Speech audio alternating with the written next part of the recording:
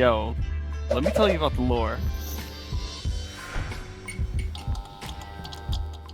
Welcome, everyone. This is Season 1, Episode 1 of Super Lore Boys, a place where we share our stories about Super Turbo and how we started, and stories and friends we met along the way. So firstly, I'm joined with who all of you guys should know, Makiri, straight out from Japan, aka Marcus D, aka Future Trunks, because of his storyline. So Makiri, if you wanted to quickly talk about who you are, and then we got your little player card so we can take a look at that as well. Nice. Yeah. Thank you for having me on. Appreciate it. Yeah, I'm Makiri, and real name is Marcus.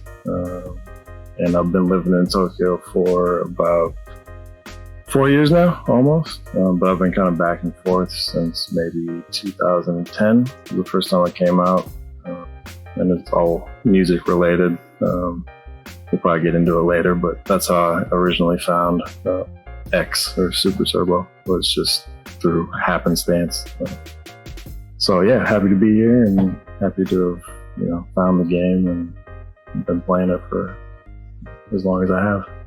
But when you say happenstance, you feel like you found the game or the game found you? It's really like anime style, right?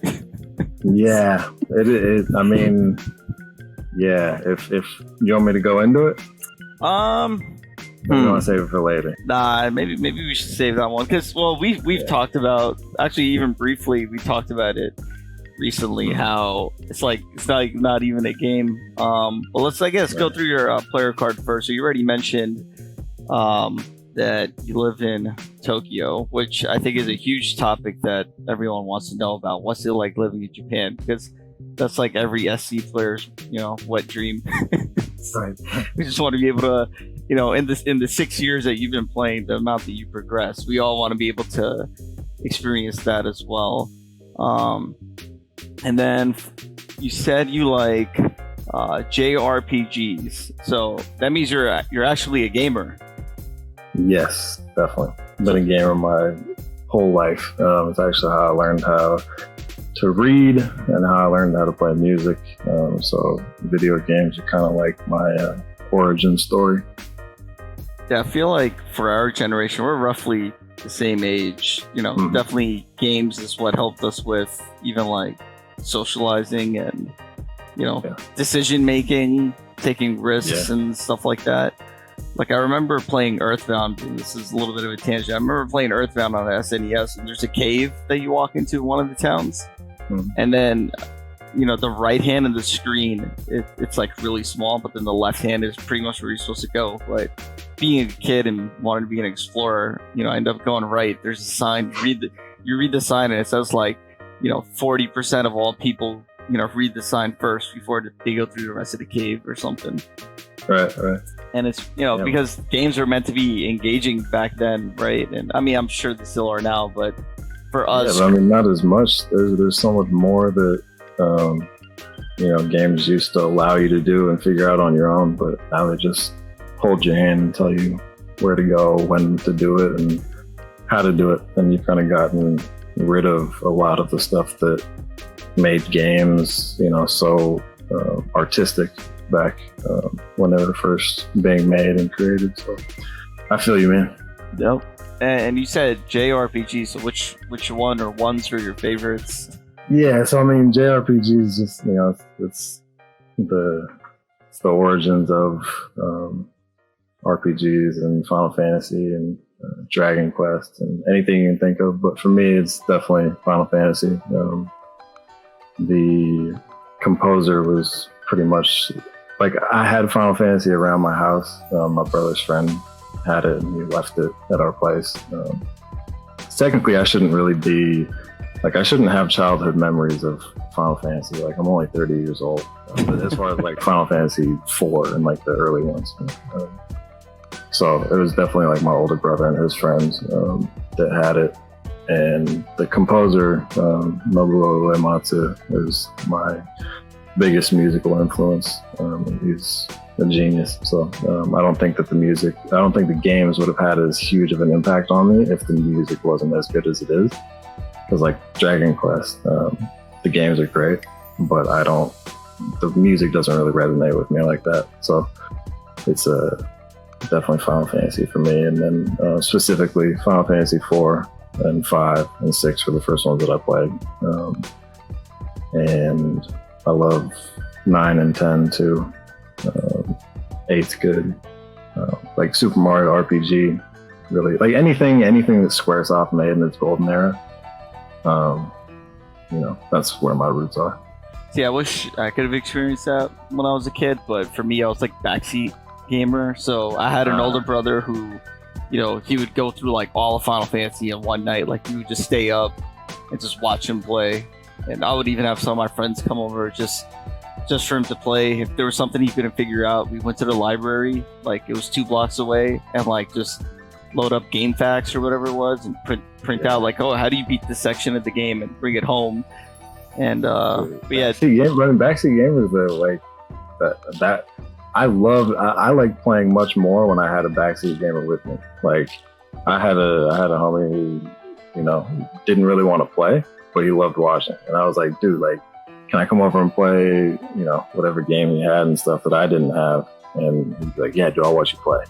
Because then like RPGs and shit aren't really they're not 2 players for the most part. Yeah, they're inherently single player games, so you got to have somebody who's cool with just chilling and watching and trying, adding like being kind of like guidance or like a counselor for you when you can't figure things out. So it's always good to have somebody like that. So that's important too, as much as the person playing it is. Yeah, I mean, you can pretty much say that was like the beginnings of Twitch minus the actual streaming part. Exactly. But yeah, exactly. But that's what makes Twitch so exciting. It's kind of like what we went through, whether we were the players or the ones that were doing the backseat gaming. So yeah, I definitely feel you on that. And then I don't know, I was just taking a look at your likes and dislikes again, and you mentioned jazz is something that you absolutely love, but smooth jazz you don't. I need to know the difference. As someone that doesn't have the sharp ear for the musics, what is that? So I mean, I think essentially it just comes from like, if you want to boil it down to its very most essential point, is that smooth jazz is just super commodified commercial jazz. And anything, once you commodify it and commercialize it and market it and sell it to anybody who can understand it, it becomes less artistic. So it might sound elitist or whatever, but jazz music back in the 40s, 50s, 60s, 70s was much, much more artistic and better. In my opinion, you can have as many opinions as you want, but in my opinion, it was much better. And then the 80s and 90s, smooth jazz got really big, and it lost its soul, kind of. So I love early jazz musicians, but smooth jazz is just like it's an entirely different genre for me, and it doesn't have the teeth to it that jazz does. Jazz was doing things that were not okay, really. Like, they were breaking rules when they were creating jazz music. But in smooth jazz, you just follow a simple formula and then you sell records. And it's more stuff to do things in the background too than it is to actually study to actually study the music or listen to it and take it in. Smooth jazz is just, it's watered down shit. I kind of have some great analogies now that you've shared this with us. But how about, so have you ever seen The Talented Mr. Ripley? It's with, I don't think I have, not, at least not recently. Maybe I saw when I was a kid, but there's a whole thing about like just loving jazz music. And maybe like, actually this might be really good for you, but Matt Damon, the character who he's trying to emulate, which is played by Jude Law, like loves music and loves jazz. And this takes place decades ago, so it's probably the type of jazz that you like. But then he starts getting angry when he goes, why do you keep changing your mind about what kind of jazz you like? And it might be that transition part where like maybe the music was getting a little watered down. I don't know, like I'm not gonna know all the details, but no, you're right. It happened. Like in my experience with music, it does happen. Like it happens when you, like everything's always changing, and you know, art and music is living. It's like it's a living thing, so it's constantly evolving, and it's never good to, you know, try and hinder the evolution of it, even if it does end up eventually being going from John Coltrane to Kenny G or some shit like that. It's still, it has a progression that it has to go through, because otherwise, you know, without comparison, there's just not much. You know, you can't really look at jazz and be like, it's so much better than this. You know, it has to have something that has to have the worst to be able to compare it to the best. So I don't think, you know, just because I don't like it, there's obviously an audience for everything. And you see it in hip hop, you see it in rock, any kind of music genre. It's going to go where the money is, and then it's going to, you know, progress in a way. Yeah, I mean, same can really be said about like the fighting games and the game that we play. So yeah, I would just associate jazz with Champion Edition, and you know, smooth jazz is hyper fighting, and there you go. That's I guess the end of Smooth Jazz is Street Fighter 5. It's watered down, created for the masses. It's watered down shit because people. It's easy for everybody to do.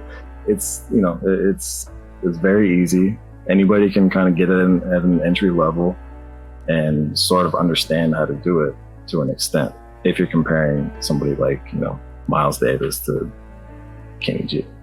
So, you know, fighting games can definitely, I feel, can be said the same. Yeah, parallels can be drawn. How about, sorry, I'm just talking so much about jazz and all that jazz, but how about like, you know, in Lethal Weapon, when they have those transitions and then there's just like a really strong jazz in the back? What is that, like, considered okay? Lethal Weapon jazz is like its own genre. It's Lethal Weapon jazz. LWJs.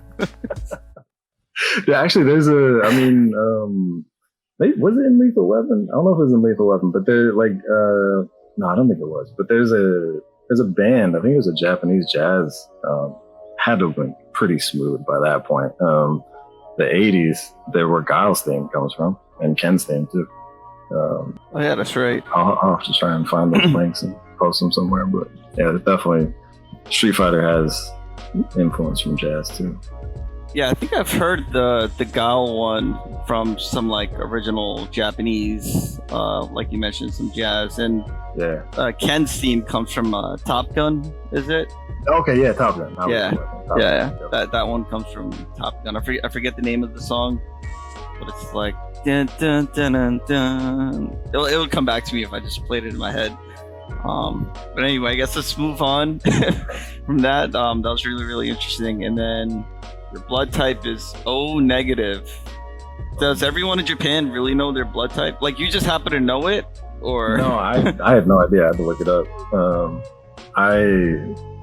I only know because it's the universal donor, and I don't know what O negative connotates or what blood types mean. Like in Japan, it's basically like astrology signs, if I remember correctly.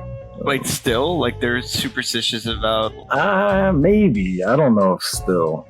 Like, I don't hear it. Nobody's ever asked me what my blood type is. Yeah. It's a pretty Street Fighter-ish thing. Or I thought they'd be like, what's your blood type? You tell them it's like B positive, and then they're like, forget it. Like, I don't want to play this guy. He's just going to be an aggressive, you know, Ken. He's a Taurus. He's a... I have no idea. I literally did not know my blood type until somebody was like, you don't know your blood type? Like, fuck no, I don't know my blood type. It's like, what are you going to do if, say, God forbid, something happens, right? How are you going to tell someone if you can't talk? Exactly. Everyone should just get it tatted on themselves. Yeah, find out your blood type, get it tatted. Like, we should just standardize. It'll be like on your left it should be wrist. On your license, dude. Why isn't it on my license? Yeah, that's true as well. I mean, you got eye color and height. Eye color. Why should you blood type? Take it a step further. Yeah. Alrighty, all right. Let's move on to let's talk about your first introduction to Super Turbo. Big jump. So first introduction, 2000. 12, probably around there. And I was going back and forth as much as I could between Japan and Seattle. And I was staying with my now wife in an area called Takaranawaba, which is in Shinjuku, which most people will know Baba for Mikado, the original place of Mikado, or not the original place, sorry, but the now place of it before the Ikebukuro area.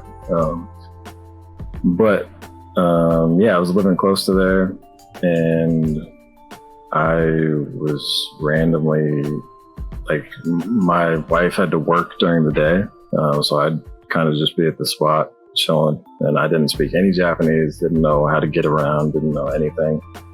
And I was walking, and basically my wife just told me that there was an arcade nearby, so I should check it out if I wanted to. It's literally like a 3-minute walk, like 120 second, 180 second walk. And I just wandered in, and I went upstairs to the second floor, and there was a bunch of 2X cabs, and I recognized it because I had played probably like Anniversary Edition or something on PlayStation. Or, I'd played Street Fighter my whole life on SNES, and what have you, but it was familiar, so I sat down and played. And the first credit that I put in, I picked Ryu. I was matched up against the purple Ken, and that purple Ken was Matsun. So my first real experience with ST was against Matsun, and I kind of just went from there. That was my first experience with it. There's like so many stories just behind. I mean, if you think about what you had for breakfast that morning, and then just taking your wife's advice and going to the arcade and just happening to be there, because like Mikado, that arcade was pretty big, and it's really big. And I remember, so you walk up the stairs, there's like that head-to-head World Warrior kind of like foosball, like a foosball type machine. Yep, right on the staircase. Yeah, and then you just walk up a bit more, and then finally, actually, there's a bunch of arcades there. There's like a whole shmup section, and then Street Fighter and KOF or whatever. Yeah, and then you just happen to be paired up against this guy. I guess he saw you, and he probably noticed you before you noticed the machine, and was like, yeah. Well, because you stand out like a sore thumb, being that that you're not Japanese. 6 foot white dude. Yeah, but he probably saw you come into the arcade and was like, "Oh, I hope he plays I hope he jumps on this machine." I bet, and I know how much. I bet too. He's just like, "Please let him be another one." That's why, like, it's so crazy how these little decisions add up to where you're at right now. Haven't played the game, and then there are so many people that now in the scene, and like they've also played at Mikado at some point. I made a joke once to Yoga Boy because he came by to New York to play us at one time, and we talked about Mikado, and I was like, man, isn't it so weird that like at one point in our lives we both used the same bathroom on the other side of the world? Because if you use the bathroom in Mikado, there's nothing wrong with the bathroom, by the way. I'm just saying, like, because if you spent... No, there's plenty wrong with it. And then... We won't go into that. And then it's just funny to me that you could just be somewhere on the other side of the world now. Like, now we're just in a random place in New York. I'm like, bro, like, we used the same toilet at one point. Yeah, man, the world is much smaller now than it, ever has been. International travel is crazy, but I mean, Mikado is also like it's a hub. It's a mecca of sorts for people who are retro video game players and fighting game players. Used to be a mecca for 2X. When Matsun was working there, he did a lot to help the scene, and he still does do a lot to help all the scenes. and the collaboration between the U.S. and Japan, and also Europe as well. So yeah, man, it was just kind of crazy, and I'm obviously spoiled that was my first interaction, but it was also really like heartbreaking, because like he crushed me, like I was just some random dude that came in to like pass the time and check out an arcade, and I sat down and played, and he just like bodied me. And if people know how his style is, it's extremely flashy and gaudy and energetic and fun to watch. So when you're losing, it's kind of just like you're just having shit done to you. You're like a canvas for art. I didn't really, at that time, I didn't understand the details and the depth of the game, but I knew that it looked dope, and I was like, damn, this guy plays beautifully. So if I could understand that, having never really played the game before, it was obviously interesting for me, and it piqued my interest, so I kept playing and coming back. And I don't think he said anything to me the first time. We didn't talk or anything, but I kept coming back because I was there for about a month at that time. And that was when they were still doing the free or all you can play Wednesday night. Yeah, 500 yen Wednesday. 500 yen. Yeah. Yep. So, when I was staying there, I'd go there every day. My wife was at work, and nobody would be there. So I just kind of practice on my own. And Matsun would be working there. So sometimes he'd sit down and play when he had a break or whatever. But yeah, definitely an interesting fate that befell me that day. Yeah, it's literally all anime. Is that the reason why you ended up going to Ken? Like, Matsun just became your teacher? Yeah, well, I mean, he didn't become my teacher, like, not until way further down the line. I didn't know, when I sat down, I didn't know who I wanted to play. I didn't know anything about the depth of the characters, the tier list or whatever. I was just like, damn, like that Ken looks really cool. And I was playing Ryu, because that was the first character that I played. Everybody goes naturally to Ryu. But yeah, watching him play, and then I played a few more, like, I think I played a couple weeks as Ryu, and then I was just like, dude, Ken looks super strong and blah, blah, blah. And I told Matsun, I started playing Ken, and Matsun was like, you don't play Ryu anymore? I was like, nah, Ken looks way stronger. And he's like, no. Don't switch to Ken. Don't switch to Ken. It's like, why? Ken looks hella strong. You can do like the short super, and you can confirm that. Like, he looks hella strong, so I'm gonna pick Ken. And he's like, no, you should definitely stick with Ryu. And it's also clear now to me why he said that, because he probably knew that I was gonna get deep into the game, just based on the way that, like, I kept coming back all the time. So he was trying to save me a lot of heartache, and not wasted time, but a lot of time put into something that doesn't love you back, really.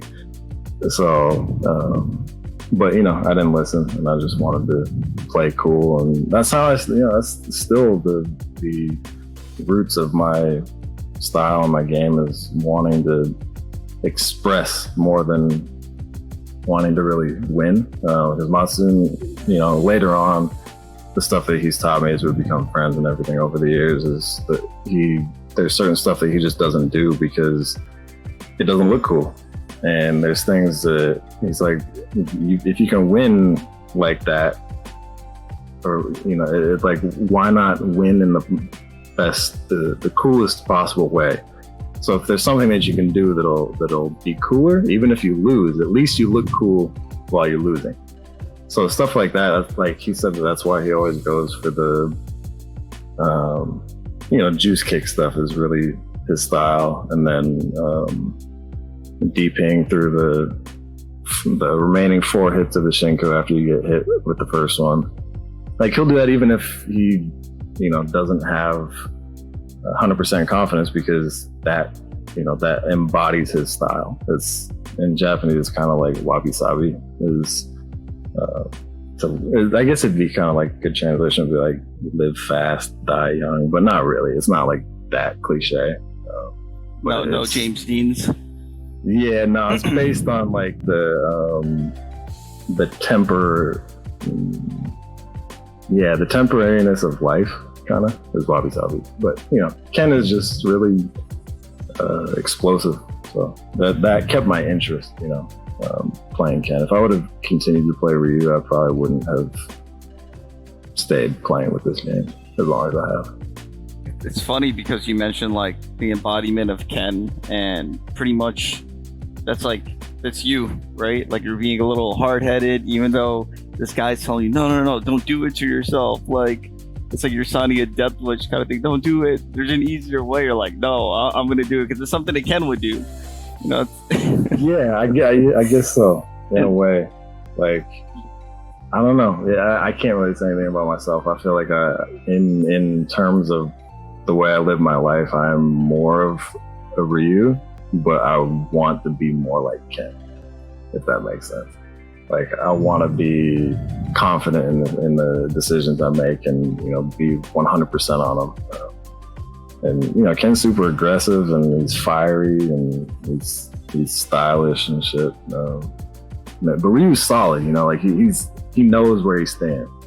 If you know what I'm saying. So yeah, I think there's a little bit of both in there, which is why I still sometimes mess around with Ryu.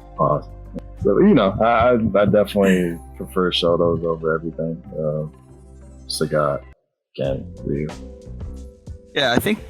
And we've probably talked about this a lot in the past as well, but in regards to the characters that we choose in these games are like a representation of us. You made the analogy about the blank canvas and painting it in and all that, or like, making the music.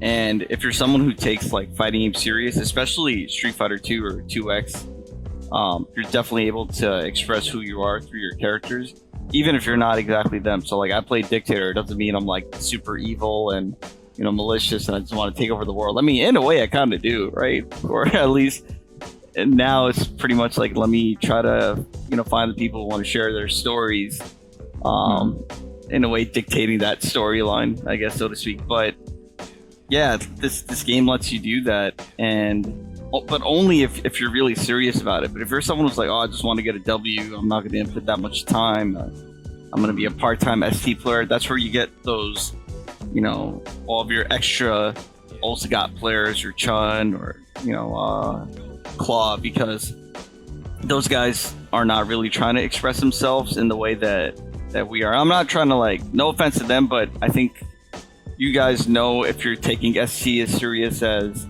like a Matsun would, or Damda, or someone like that. Common knowledge, that you either play to win or you play because it moves you. Yeah, you can tell in the way that people, the decisions they make, and the decision starts at the character select screen.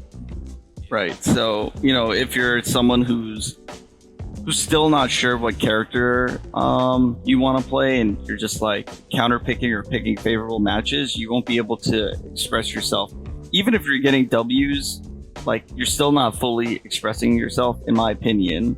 And it has to be something where you dig deep into the one or two characters. Like someone like Afro Legends was able to express himself in his DJ and posture play. Like, you can tell it's him. Like, you can tell. Yeah, completely different styles on both characters, and he plays it like only he can. Yeah. So, I agree with you, because like playing Ryu for me was very much about just like keeping away, not dying. And for me, that became, it was more like I was just trying not to lose instead of enjoying myself and, going for it. Because the protective style is a great style, especially, if you're playing Guile or something, or protective characters. But for me, trying not to lose is something that I wanted to get away from. Personally, in my life too, is just go for it. If you need confidence, then be your own confidence, and move forward in the the steps that you feel are right, even if other people think it's wrong. So I think Ken gives me that that energy in a way that I would never have if I just kept playing Ryu. That little inner spirit. But when you talk about like the game, the way you're talking about it now, in your mind, are you using Japanese terms first and then translating into English, or I just want to know your thought process? That's what it feels like to me. You're trying to get a point across. You're like, how do I put it? And you're like retranslating it into something that we could all understand. Because that's how deep the game gets. Yeah, exactly. And it's weird because like I have a lot of respect for people who speak two languages fluently, or who are people that are in the States who have had to learn English as a second language and things like that, because you're constantly stuck in between two worlds where you lose proficiency on both sides when you're trying to speak both of them. Because like my vocabulary in English is like become shit lately. Just use like I could have come up with a much better adjective there 5 years earlier. I'm basically been brought down to that level of where if I want to speak quickly and clearly and succinctly, then I gotta go with stuff that just comes into my head, because half of my stuff is I could have said that better in Japanese, or I could have the word is more aptly said in Japanese. And then there's, it's vice versa, where there's things like that in Japanese too. So yeah, definitely. It's weird being in between two mind states all the time. And it gets really, really weird inside my head sometimes. Well, there's also the third language too, which is like the language of Street Fighter. So, sure. there are people who can speak Japanese, but then there are people who can speak Japanese ST. So we say terms like Antobi and Makiri and Dayashi, and like a lot of people that don't speak Japanese but wish they can be in your position and live in Japan and have access to these players and be able to learn from them all the time. They at least get to that point. So like I can speak Street Fighter. I think that was the challenge that you had at one point. Dude, still is like, I try to go the easy route of like, hey wife, can you read this for me? What they're saying and like how I do this and how I do that. She's like, what the fuck are you talking about? Like, I don't even know what this says. It's like, no, like just tell me like, like the basic idea. She's like, no, seriously, this is like complete rubbish. I have no idea what this says. I'm like, no, but like really, just tell me a couple of words. And she's like, no, I have no idea. So it got to the point where it's like, shit, I actually have to learn this on my own and like look things up, because you look it up and it doesn't even mean the word that it is, like, so there's a word kagemui, which is like shadow feint, I think, roughly shadow feint, or it was a technique used by ninja in manga, right? And it meant when I think it was either like some type of like dart or something would pin the clothing or the person's feet to the area so they couldn't move. So basically, I was talking with some Ken players and stuff online or whatever, and talking about kagemui, and I asked like Matsu, like, what does that even mean? And he said that Kamaraya, the dark blue navy Ken player, like old school Ken player, came up with that name for proximity blocking, proximity guard, or making the person proximity guard with like by tapping light punch. So he calls it kagemui, which comes from manga. And just that alone, having to go through that process of thinking like, why does that translate to proximity guard? It's because the dude made it up. Like the vocab comes from the culture, and the culture is the people who created this diaspora of X. and who've lived in it for the past 25 years. So there's a lot of stuff that as foreigners we'll never understand. And even me as a foreigner living here who speaks the language, I'll never understand. But we can try our best, and I can try and disseminate it to other people and hopefully make their journey a little bit easier and more fun. I think at some point I'll probably ask you to put together like a glossary, because obviously we're all video hounds. Like we watch, GSV every week or whatever, and you hear the same terms over and over. Everyone knows nage or kurai nage. Like we all know that.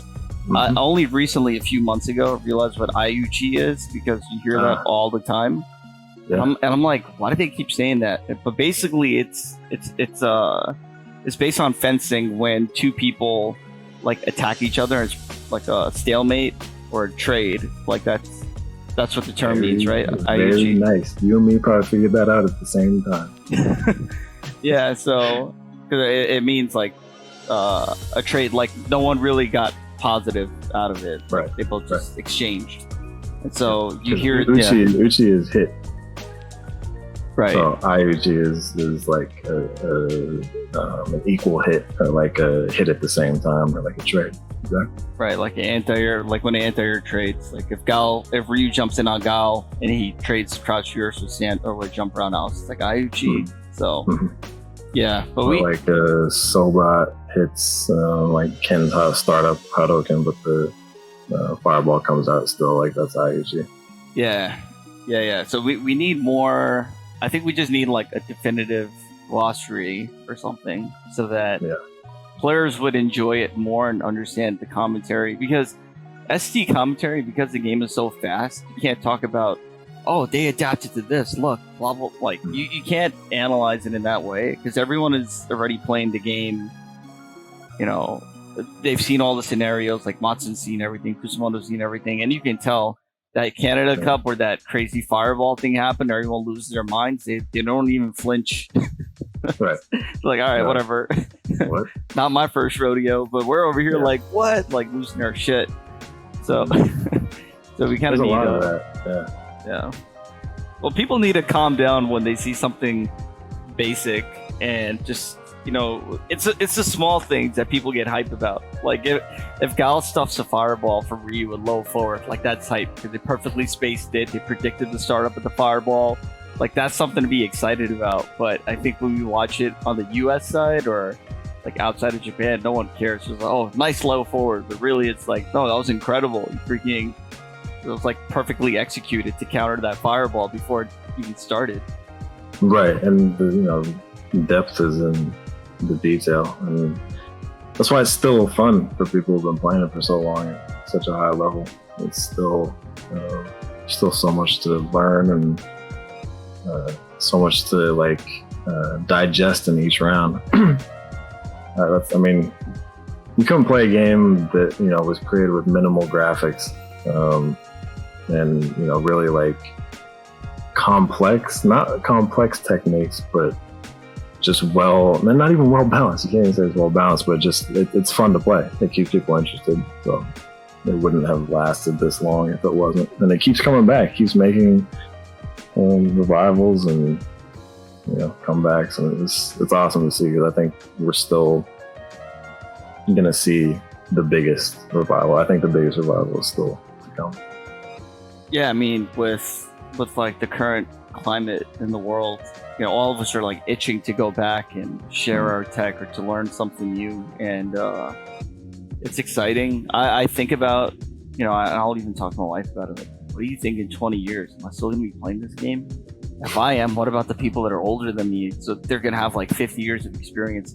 Because to me, and I want to know your opinion on this as well, like there's still a bit of a gap, right, between US and Japan and the rest of the world, specifically for this game. If you talk about Street Fighter 5, Street Fighter 4, maybe not that much of a gap. Street Fighter 3, you could say there's still a gap, but no matter what, they're gonna have years on us, and we can't fully close that gap, unfortunately. And I hate to say it, because we shouldn't feel limited to our play, but there's just so much stuff that they know that you can only really find out through grinding and through experience. That's a part of the game that's more than like the 8 directions neutral and 6-button input. There's just something else that's deep in the game that doesn't even make it a fighting game anymore. It's like Street Fighter. And to be quite fair, like Capcom kind of got lucky with this one, maybe, or I mean, they made a lot of bangers back in the day, but this game is like, how do they actually make a perfect game? It's pretty crazy when you think about it today, because it can't be like replicated. But let's shift gears back to your music, because I think it ties into like how you approach this game or how you approach life. So if you want to talk about personal life, so how did you choose music as my career? Yeah, and then also if you want to tell everyone about your grind, because I think you developed a lot as a person when you realized this is what you wanted to pursue. So 2-point question. Yeah. So like I said earlier, Final Fantasy, when I originally, I'll keep it short and simple, but I'm sure people want to hear more about Street Fighter than shilling my stuff. But like I learned the prelude, the intro for Final Fantasy. My parents my grandma had an heirloom piano that was stored at our house. I heard that on the game, and I went down and tried to figure it out on the piano. And I figured out that I have a really good ear. So I started taking piano lessons and got into cool stuff. And from then, when I was in high school, I quit piano. I played in a bunch of jazz bands and stuff, like little trios and quartets and stuff. But when I got into probably like sophomore year of high school, and maybe even freshman year, I started making beats for my local MCs, rappers, and because they needed beats and they didn't have money to pay for top production from people in the city. So, and even if they did, there's probably nowhere to find it at that time. So I kind of just figured I was good with computers and knew how to play piano, so I could try and do something.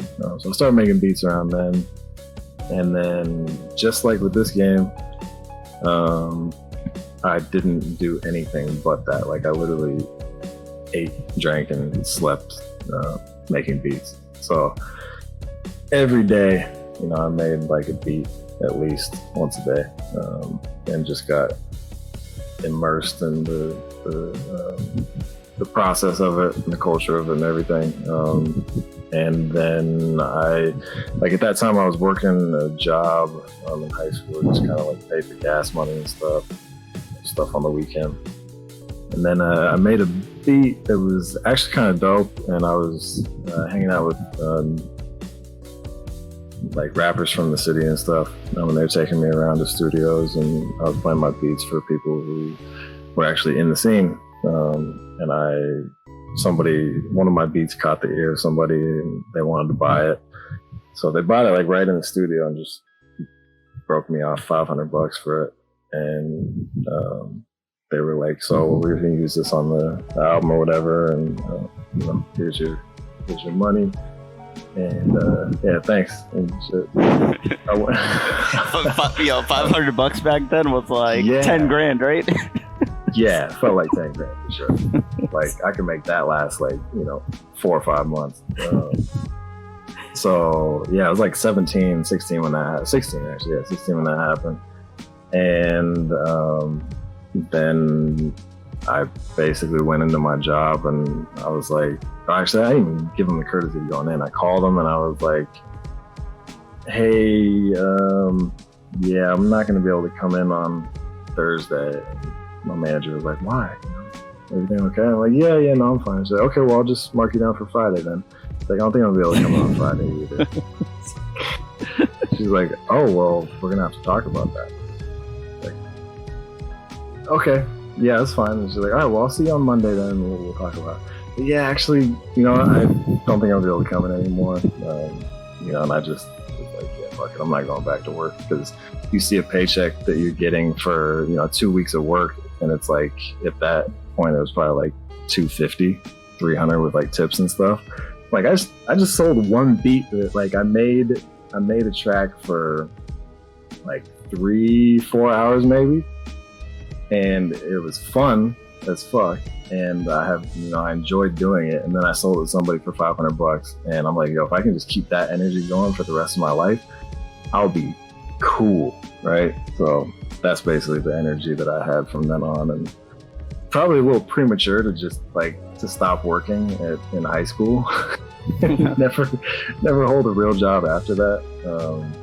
But I mean, if you're passionate about something, then by all means, if you have the means to chase it, then chase that shit. So yeah, it was just kind of, it worked for me, and I made it work for me. There were times when it was really difficult, and I would have been much happier if I could just go into a job, work for the week, clock out on Friday, and then have my weekend to all myself, and not have the mental stress that comes with having your own boutique or whatever, running your own shit. But with freedom and stuff comes the anxiety of what comes next. So but yeah, man, I think with the way that I approached music at that time is very much how I approached Street Fighter when I got really into it, and when it kind of got its claws in me,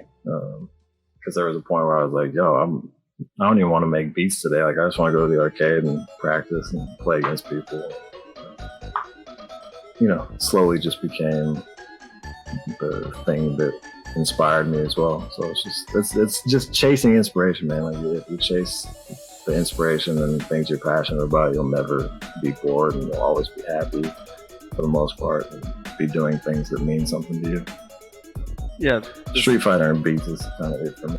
Yeah, this whole time, like, I just thought one word could describe that, and it's like discipline. Because to be at 16 and already like see your path and see what you're passionate about, and taking that kind of risk that you did, like, that's that flashy lifestyle, man. Like, it's literally Ken all over again. And that's funny, because I don't know if it's probably because it's me and we're always subjective in our own thing, but I totally see like that is like, I wish it was more, I wish it was flashier than it is, but I'm like, dude, I'm an underground hip-hop producer. I'm not, I don't have money like that, and I don't have women or anything like that, but it's an honest living that makes me happy. So well, I mean, you got your Eliza, so that's that's true, that. But true. But I mean, at least you're not like Ryu, where you're just like aimlessly. Well, not aimlessly, but like that boy's unemployed, right? He's just. But man, like, yo, but that I guess that's kind of like the thing for me, is like he's the epitome of like that, like the starving artist. Like, he only does it for the art. Like, that's the only reason he fights, is just for the fight. Right. He doesn't give a shit about any of, like, Ken's got money, he's got the wife, he's got the the flashiness, but Ryu doesn't need all that. He doesn't even give a shit.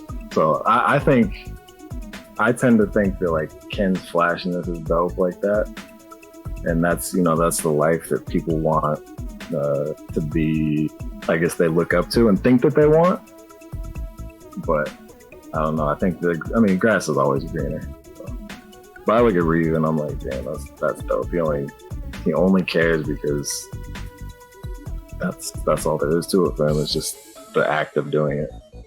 It sucks because his character just got like so much weaker in the later games. Like Street Fighter 3, Ken is better. Street Fighter 4, right. He ended up being kind of trash, except for when Daigo played him in Street Fighter 5 after season 1, basically dead. And it kind of kills like who the character actually is. Like, I agree. Ryu and Ken are the realest fictional characters in fighting games. Yeah.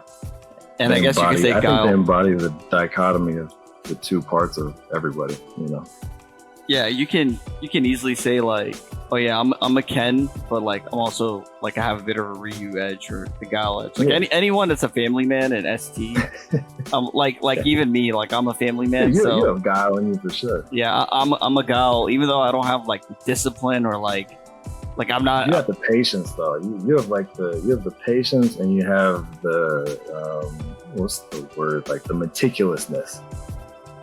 I'm just YOLO, bro. Nah, hell no. I'm Bipson. I'm just YOLO. But yeah, well, thanks for sharing that about, you didn't go super in depth. I wish maybe a little bit later you can talk more about it, but don't hesitate to be, one of the Shillers, part of the Shilluminati. Like, don't hesitate. I think people really want to know about that, and like how much your passion for music affected, you wanted to live in Japan and learn Japanese, because the first time I met you, you probably didn't know like a lick of Japanese yet. Didn't know anything. Which I definitely want to talk about our progression in our matchups. The several times I met you in Japan, but like, is that pretty much what pushed you forward to moving there and saying like, man, there's a way I can make a living, like being in Japan? Like, how did that happen? Yeah. When I was going to college, Seattle University, I was like, dude, why did I go to college? Like, I'm doing exactly what I wanted to do from the beginning, doing music, and it's working somehow. I'm getting by. So why did I go to college and put myself in debt like this, for the rest of my life, and go do something I didn't really even need to do, and I just did it because that's what you were supposed to do at that time. Because everybody, it's like, if you don't go to college and you don't do something after high school, then what are you doing with your life? So in that sense, I wish I would have had more confidence, right? To just be like, no, fuck that. I know what I'm doing, and I'm cool with what I'm doing. And if you think differently, then I don't need to hear that. But you get swayed by obviously your family first, and what your friends and other people around you and your peers are doing, and then also what the world is doing. And all three of those audiences were pushing university or higher education, which I don't disagree with. But I think that you need to look at your situation and really decide whether that's the path that you need to take, and it's okay for it to not be. And I wish I would have had more, just confidence to be like, I don't think that's right for me, and to go just do something else. But then at the same time, I would never have had the chance to go live in Japan for a year before I moved here, because Seattle University had a exchange program that I took advantage of, because I was like, I'm done with this city and everything kind of right now. So I went to do it. It was supposed to be 6 months, but then I was like, yeah, I'm not coming. I ended up doing a year at Sophia University in Tokyo. And that was where I really got my, I made my chops, I guess. Because living in Tokyo is much different than just visiting, or even being here for an extended period of time. But the year gave me a good outlook and perspective on what was to come, and I loved all of it. So I was like, see if I can figure something out. And music was obviously still the center of everything. So while I was barely going to class, at Sophia, I was doing music stuff and going to the arcades and doing everything like that. But then, as I got more toward the end, and I was going to have to go back, I was like, I really don't want to go back. But I ended up going back, and then living in Seattle for another 4 years, I think, 3 or 4 years, with a lot of my friends and everything. And I as soon as I got home, I made sure that I tracked down some kind of candy cabinet. Like, I studied all about them until I found the one that I wanted. It ended up being a new Astro City, cab, and I got it from California, had it sent up to Seattle, and then we put it in our apartment and shit, and it's kind of like a bachelor pad and shit, so it was nasty, it was dirty, it was cool. It was cool to have the cabin there, and every time people came over, like, dude, you have a fucking arcade cabinet in your house? All my friends were like, oh yeah, our friend lived in Japan, and blah blah blah. But it was my way of kind of like committing to being still serious about the game and not letting my skill completely falter, because it would have been really easy not having anybody to play against, first off, and then also not having anything to play on that is actually arcade perfect, which I can't stress enough the need to practice on something that's arcade perfect, even if it's not against people. The timing is completely different in my opinion. So I ended up doing all that stuff in Seattle, and then I finally got to a point in 2016 where me and my wife, not at that time, were getting more serious, and we were figuring stuff out. So I went over to Japan to kind of just live with her for a little while, and then I was like, I think that this is definitely the move to make, and proposed to Eliza and made it happen. And then you switched to the wedding suit real quick. Yep, shopping the beat change, yeah. Carrying the boxes behind her.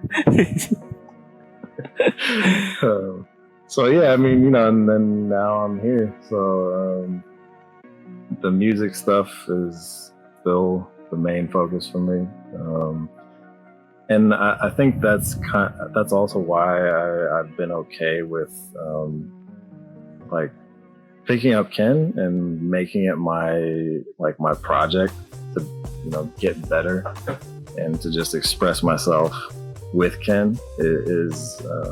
Like music is my job and my career and my thing, but I have to be serious. And I can't really take as much risk as I want to sometimes.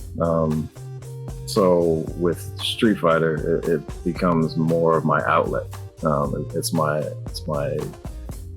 stress reliever, where when I actually go and play, it's fun and it feels good. Like it physically feels good. I imagine that like if we took like a MRI of my brain, there would be like massive stimulation while good playing. Vibes. Yeah, complete serotonin release. So X does that for me, and it's so hard sometimes in life at all to find something like that makes you happy, and that you just purely enjoy. And for me, in the beginning of my life, that was music. But then as you get into the business side of things and you're trying to, make a living out of it for yourself and eventually for your family, the business side has to take some kind of precedent in it, because otherwise, you won't be able to sustain yourself or the people you care about. So I think the art tends to get sacrificed even a tiny little bit. If you can keep your integrity a little bit, that's really impressive to me.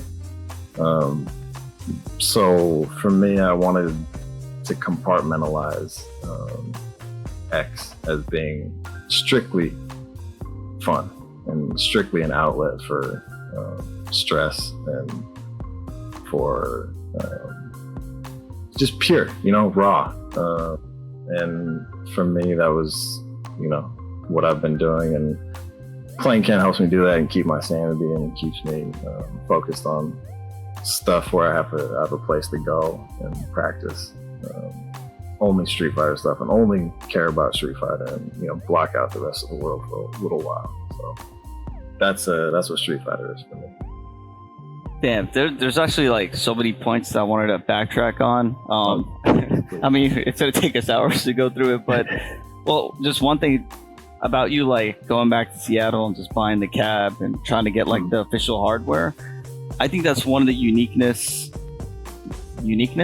I guess, of like us 2X SC players, is everyone that got into it, that took it serious to some like degree, owns a cab or owns a board or has many arcade sticks or learn how to stream or like I can never already think about like Mars. He has a bunch of boards at his house, and Damn Die. Shout out to the Deagle, right? Damn Die. Then you got I love Mars. Like Atari, who just got so into the game, and he got a cab, and he started doing tournaments, and you learn. I'm like, yo, how'd you learn all this stuff? Because I just researched it. I went online. I got so into it. Got people building super guns, and it's nuts. Just because fucking love it, man.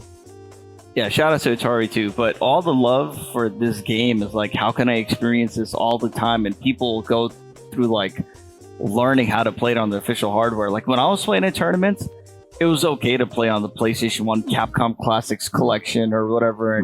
But like we knew, like deep down we knew, man, this isn't even the real shit. Like at Chinatown Fair when I'm playing on an American cab, that's the real shit because that's what we thought was real, right? And then I don't know how. I feel like it just happened like overnight where sticks became just available and people were buying like the A-traps. We're like, oh, now we got to learn like Japanese cab. When I used to play at when I first met Damn Die and he invited me over to his house, he had a MAME arcade. And so it was just emulated. He would. Yeah, he would. Yeah. And it was like American parts, and we were standing and playing, but I was like, wow, this is incredible. He has his own cab. How far we've come from that time. But like the people that are in the Street Fighter 2X scene, just everyone is so into having the official hardware. It's crazy because we've realized that playing it with one frame difference is not good enough. That's why you have so many amazing players that refuse to play online or refuse to play on HDR Classic or whatever it is. And unfortunately for some of us, we don't have a choice. We have to. Like you and I, we play online all the time, but it's still fun as fuck. Like I know it's not real. I know it's not real, but we're still learning and we're still like having fun and expressing ourselves. And I still understanding that and not taking it serious. Like, let me keep track of how many wins I got. I'm like, I'm not going to do that online, or you know what I mean? But still, we're able to like learn and express ourselves. And I think that's fun. Yeah, online is it's a great like for the time being. If you have nothing else, then play it in any way you can. You're still going to learn things about it, even if the timing is different. You're going to learn stuff. You're going to learn setups. Whether it translates well into actual arcade or tournament play. I think we all can figure out the answer to that. But sometimes it does, and it's better than not playing at all, in my opinion. Yeah, I mean, you just have to take it with a grain of salt. So, like, one example is the matchup that we play, Ken Dictator, right? If you do Jump Fierce Tatsu, you're going to, 50-50 me. Well, I guess you can do nothing. You can do sweep, you can do knee bash, or you can do uppercut. So you can 25, 25, 25, 25 me, right? Something like that. And online, like, it's not, you can't see it all the time. So let's say I go for a reversal throw and I don't get it. That could be the difference between an online or offline thing. And, the same with you. A complete match. Like, that one move could be the end of the round and then the end of the match. So in a game that's as pixel perfect as X's, there's no room for mistakes. So if you have that, that error, margin of error online, you're essentially not playing the same game. Is that how the Japanese players feel? I mean, like Kotaka's playing online, and Fuda-chan plays, and Mao, and there are a couple of guys that play online. But what's the general consensus about net play or playing HDR? Like, how's that in Japan right now? Right now, it's extenuating circumstances. Extraordinary times. Extraordinary measures. So a lot of people are playing online, especially the Fightcade too, coming out now and being more available. But actually the first time that I left my place in probably like 5 months, I'd actually gone outside my neighborhood. And 6 months was to the spot with Matsuda, like a little arcade, private arcade. And he was talking about how, because I was telling him I've been playing online and stuff, and like, my timing was completely changed. Like, I felt like I didn't have an identity anymore, like, not online. The way I played was completely different. The flow was completely different. The decisions I was making, I felt like I had more time than I actually did, which is really crazy, because that means those milliseconds and frames are adding up to the point where I feel like I have more time to decide than I actually do, which I believe online you do have more time to decide because there's some kind of delay still. It's not instantaneous. So Matsun was just saying that, what did he say? He said that games like Street Fighter V and other games, you can still, for the most part, play them online with the net plays, even if it's trash. You still have some kind of semblance of what you're doing in the game, and there's room for error. So that makes it still possible to enjoy and play those games online, and they don't have to be played in person.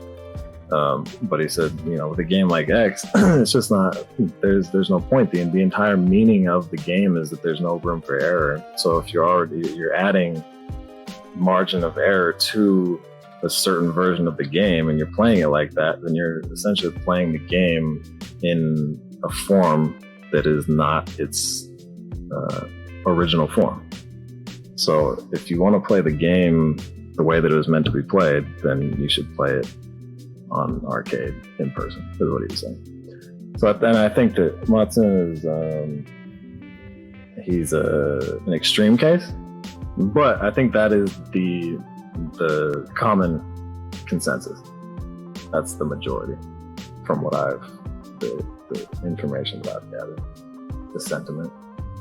I mean, I gotta say, I pretty much completely agree with that. Not to be on my Mega Man X, but no, I gotta agree, because, like you said, this game will go down to pixels. Did that throw do enough damage on tech or not, and that can decide a match? Or did that hit that normally stun or not? Oh no, it's off by a pixel or something like that. And with this game, if you really want to be able to express yourself, you have to do it pretty much with a clear mind, which means you're playing on the proper setup. So, I've advised people over the years as well, play online, but just to learn kind of like the basics if you need to, if it's not accessible for you to have like a crew. But then you gotta develop that offline scene and play, and that's definitely gonna help you level up. I mean, in your story is also very unique, and it's an absolute one of a kind case. You're living like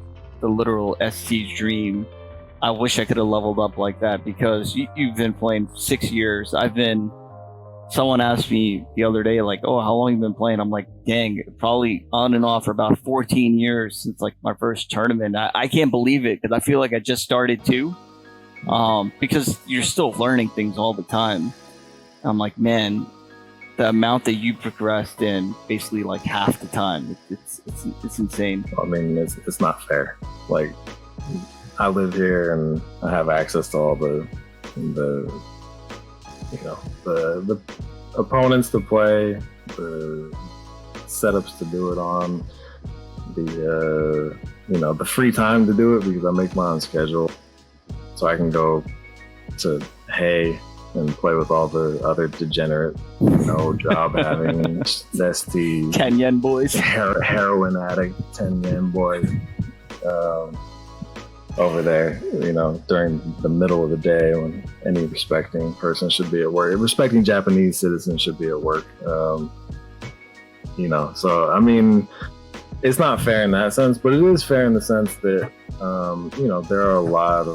there's been a lot of foreigners who have come and lived here, and who have lived here much longer than me, that play this game, and who have not put in the time or effort to get to the level. And I'm not at any kind of level where I think I'm even good, but they haven't put in the time to get to a point where they're competitive with top players. So in my defense of, I know that I'm spoiled, and I know that I have the advantage of the opportunity of being here. But also, dude, fuck that. I created that opportunity, and then I've stuck to the regimen of practicing and staying up with it when it's been, difficult, or when I didn't feel like doing it, or when I lose all the time. You know, it's fucking demoralizing to lose, to go to a tournament that you've been waiting for, 2-3 months, and you got a team, right, that you've been talking online to figure out, when you're gonna practice and what time you're gonna get to the arcade, and then you get there and you go up and you're first up, and it's 1 and out, and you lose the first match, and you're just like, I don't ever want to play this game again, because at that point, then it's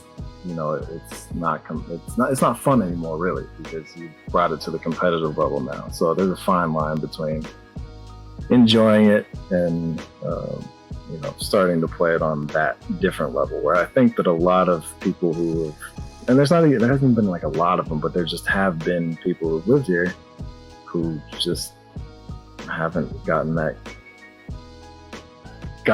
good, really. It's about how much time you want to put in, how much effort you want to put in, because if you have the drive and determination to get good at something, then nothing's going to stop you doing that. Yeah, I mean, that's just going to be based on the intention. So if your intention is to go to the arcade and like wake up DP every time, even if they're not near you, just because you want to hit wake up DP, then you're not going to get good. You're going to get the wake up DP when they miss a safe jump, or you're not going to wake up DP from full screen when they're doing nothing, and now they just baited you. Yeah. So you have to like actually want to care about getting good, and not, hey, I get to hang out with top players and occasionally I'll get a win. Like that's kind of like a waste of a credit. Like, this game should not. Oh man, this sucks. I'm gonna say, but this game shouldn't be played with people. Dang it, this is gonna sound really bad, but like, don't play it if you really don't want to take it serious. Dang, yeah, that sounds horrible. Cause no. Let me reinforce that. Let me be the asshole here. Like, don't waste people's time who actually want to put in the effort and time to play. And I'm not even gonna say play the game the way it's supposed to be played, because that is fucking elitist and that's not jazz. So like, it should be played in a way. You can't even say it should be played.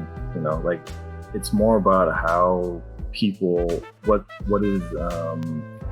enjoyable, and know your audience, right? Know who you're playing. Be aware of where you're at. Like, if you're at GameSpot Versus on a Tuesday night, understand that you're going to be playing against some of the best players in the entire world, so you should act accordingly, right? Like, yeah. Don't be an asshole. Don't be like, okay, tonight's the night, I'm going to pick old Cammy and old Blanca. Like, what's the point? Right. It's a waste of time. So, I mean, that's cool. Like, if there's a certain audience, and there's a time and place for everything. There's a time and place to pick Goki even, like, sure. But, like, what's the point? Shout out to Damn Die. But, no, I mean, and just like, everyone starts somewhere. Like, my first tournament, yeah, I remember the second round I had to fight Justin Wong, and I was like, holy shit, like, I know this guy. He's the one who got parried. But no, like, but everyone from New York knew him, and I knew about him. I was like, damn, this is crazy. Like, I can't believe this is happening. And everyone starts somewhere, and I didn't win that tournament. I made top 8. I was like, all right, this is cool. Made top 8 my first tournament. But like, everyone starts somewhere. It's just after that, I was like, all right, like, I'm gonna grind. Right. I want to get better. So it's not like you're gonna play against Matsun and play against these guys and be at their level and enjoy the game at the same level that they are. But it's about like the wantingness to get good and take it serious.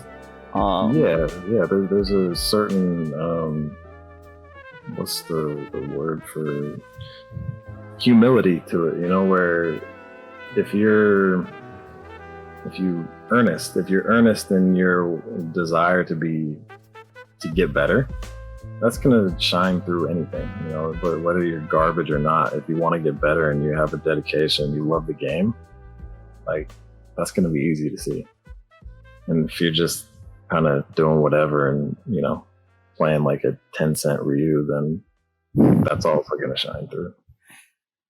Yeah, but either way, I don't want to like kill anyone's motivation.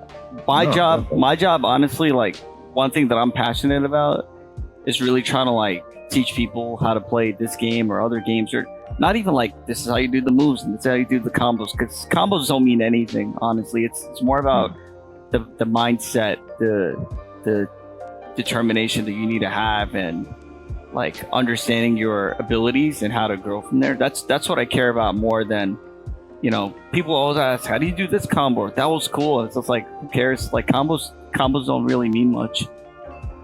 Yeah, and I mean, just as a disclaimer, like, you know, I don't have like these ideals that only this person or these type of people should be able to play this game, or you should only play it one way because it's expression, it's art. In my opinion, it's art. There's a lot of different ways that people see it, but it shouldn't be limited to just people who are good, or even people who just want to get good. Anybody can play it. That's what makes it great. That's what makes video games great. So as much as, you know, I'm being critical of you know, certain styles of playing and stuff, I don't think that there's really anybody should be barred from playing the game, even if you're terrible. You know, just have fun.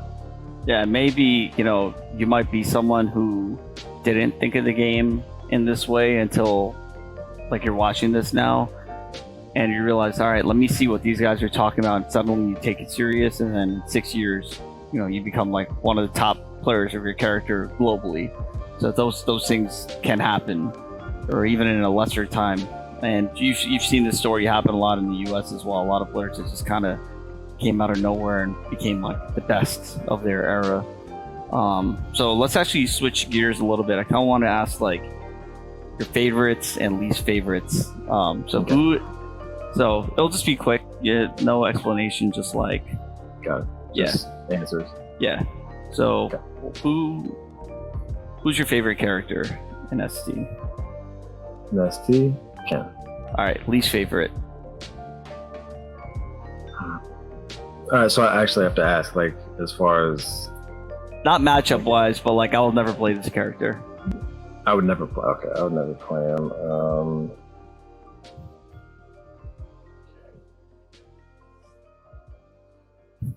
Honda. I thought you were just gonna say the rest of the cast, whatever. If they don't have a fireball or uppercut, I'm done with them. All right. Nah, because I was thinking about like T-Hawk, but I was like, nah, you got cool command grabs and shit. Yeah, that's the Viper swag. All right. How about favorite matchup? Favorite matchup.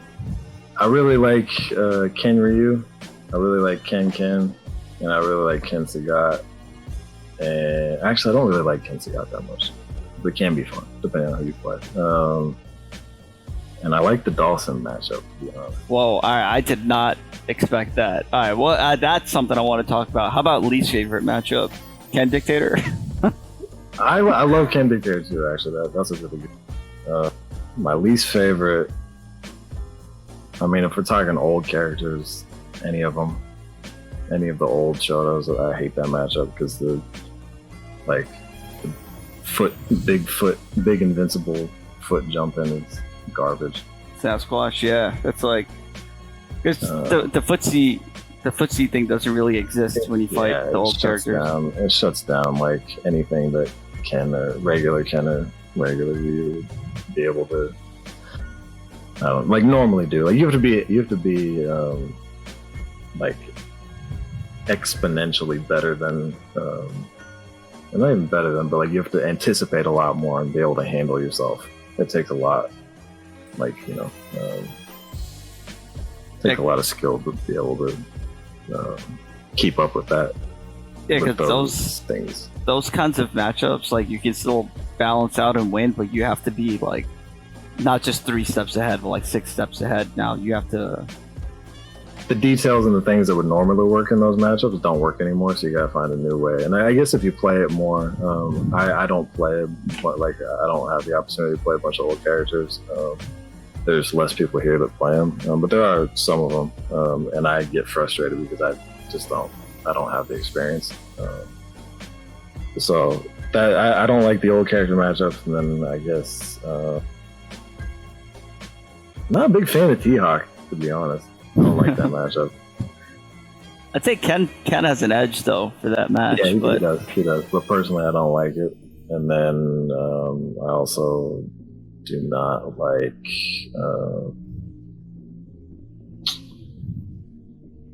No, I guess that's it. All right, that's fair. How about your favorite player or players?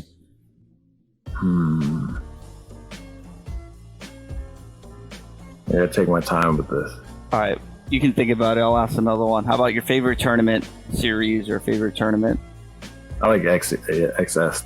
Yeah, that's pretty dope. That makes you feel like a big boy. You know, it makes you feel like you're an important person playing. You give us the FGC, the big FGC treatment. Yeah, it's very like WWF style. Yeah, that's dope. That's dope. If you ever come, like, if anybody's thinking about coming to Japan for a tournament, I would like Makiri go. I don't like. I think that's for old heads. Like, that was probably cool back when, you know, it was famous for being like, you know, the big 5-on-5. But I don't think that it's what it used to be. I think XEST is the best one now. I would say, like,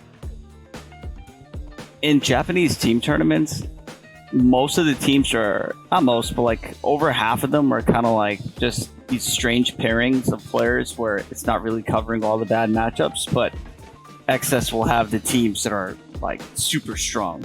I mean, I guess you could say the same for Kakurugo, but that's more of like a fun team, and like even for us. So I guess we could just announce it now. But well, I would have been long back from Japan at this point had we not had COVID-19 kind of shut down the world. But basically, Makiri and I were going to team up for Kakurugo. We were asked by Fujimon and Murasaki, like, hey, you know, we want to team with, you know, Americans. We want to team with you. You know, who else do you think? I'm like, well, definitely Ultra Combo, because I know he wants to go back. And then I was like, you know, let's get Makiri in there, because I would definitely want to team up with you. And I think with our characters, we could have made it pretty deep in the tournament. Yeah, and you know, one of my projects was this year was going to be like writing a book and putting together all these stories and doing a whole bunch of travel for all these tournaments, and finally producing something to make like our stories accessible for everyone. So that's what Super Lore Boys is going to be now. This is like, you know, this is like the fill-in for that. But yeah, Kakurugo is still like a for-fun tournament, because you got Murasaki and Fujimon, guys that can win any tournament. You know, if they team up with like Mao or U-Vega or something, but they're over here like, hey, little foot soldier, American Bipson, not even a Vega player, Bipson player, you want to join our team? Like, what? So that's respect, man. They respect your play, and I think a lot of people respect just your position and the things you do for the game, as far as like, not even, you know, like the reach out or whatever, just the way you play and the relationships you build with people. So like, Murasaki's always, you know, he's always asking me about you and stuff, and I think that he really likes the camaraderie between the U.S. and Japan. I think a lot of them do, which is really cool, and makes me want to promote having more people come out here, because there is a lot of camaraderie between the two countries. U.S. and Japan are really tight when it comes to ST. Yeah, you know, we didn't have that a few years back, or at least in my understanding, my first time going to Japan for SBO, I don't know, was it 2010 or 2011? I don't remember. You know, we didn't really talk to the Japanese like that. Like, yeah, we talked to Matsun, but that's because he had already developed a relationship with Gamdai.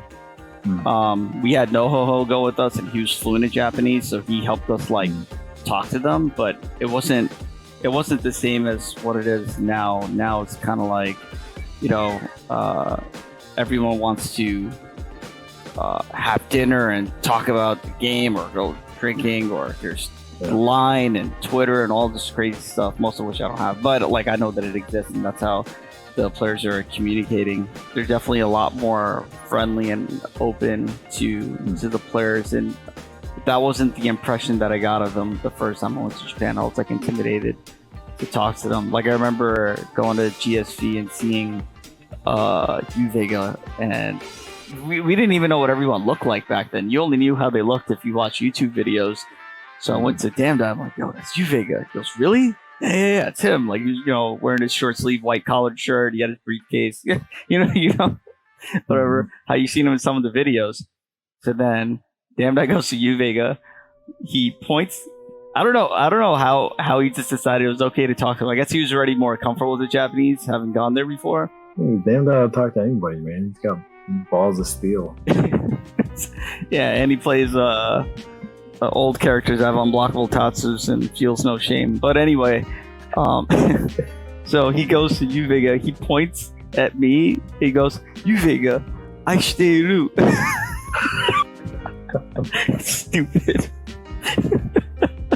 Bro, like, just if you, like, God, most people who have, like, been together for, like, years even, of, like, you know, opposite sex couples who are very seriously in love with each other rarely even say that.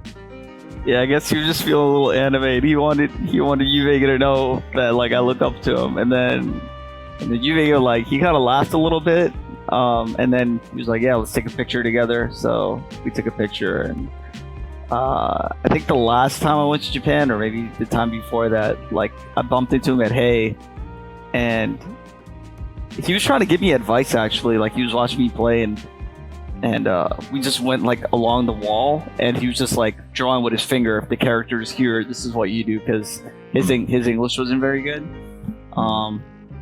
Like, my Japanese isn't too good. And then, like, I was like, oh, remember when, you know, we met the first time? And then, like, I looked up the picture and I showed him. He goes, oh, yeah. Like, that was cool. So you remembered. But U-Vega was someone who, he seems really intimidating and you can't approach him. But actually, like, he's a nice guy. He just cares so much about every W, though. Like, yeah. If he takes an L, it's like he just goes Super Saiyan or something. He's like, I don't know.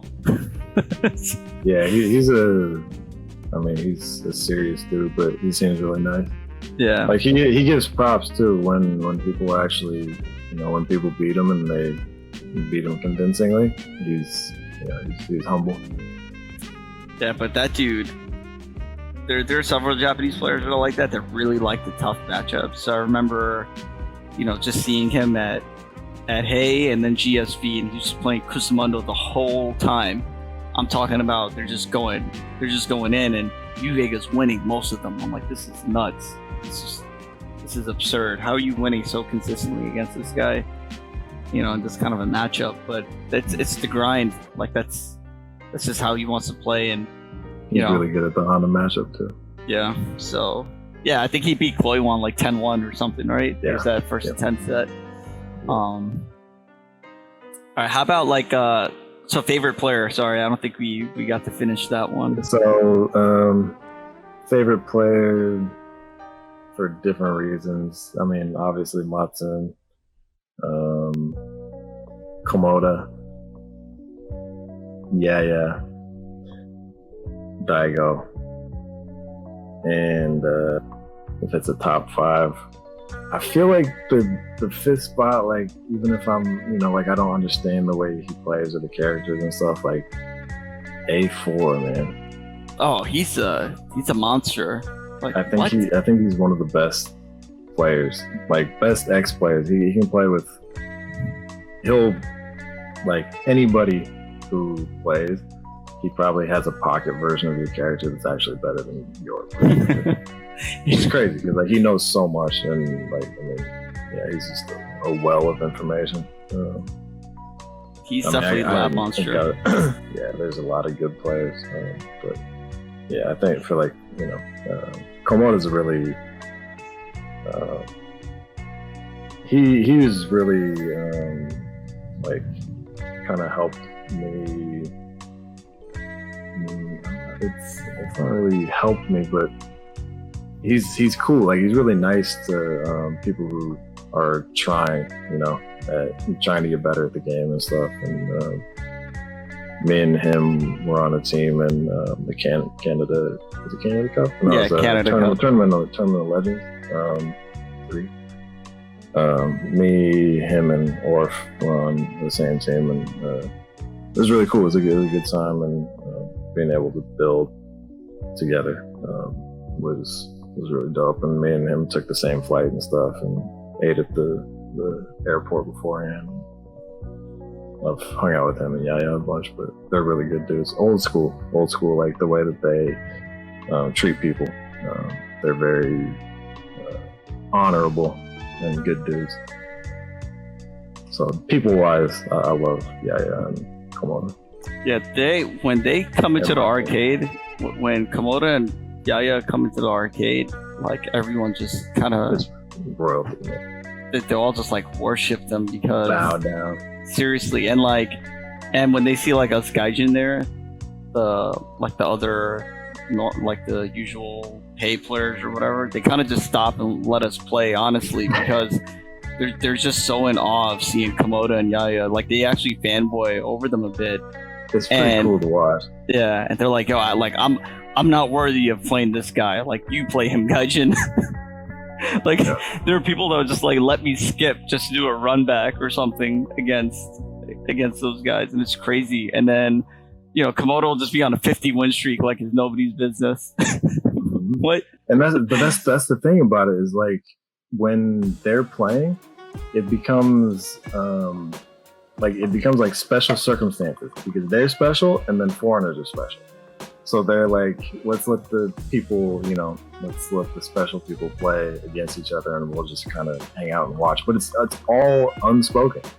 It's all about reading the air and understanding like the situation you're in, where if you are going to sit down, then you better do like the halfway bow all the way to the chair, and then, if you lose, get up quick and leave. But it's just, it shows how respected they are, and then how much politeness is valued. Yeah, and I gotta say, I definitely agree with your lineup of players is like favorite, not just in the game but also outside of the game. Like Komoda and Yaya are like BFF material, yeah. I guess. Like they'll take care of you, they'll hang out, they'll not just in the game, like they'll give you advice just on the regular, just chilling.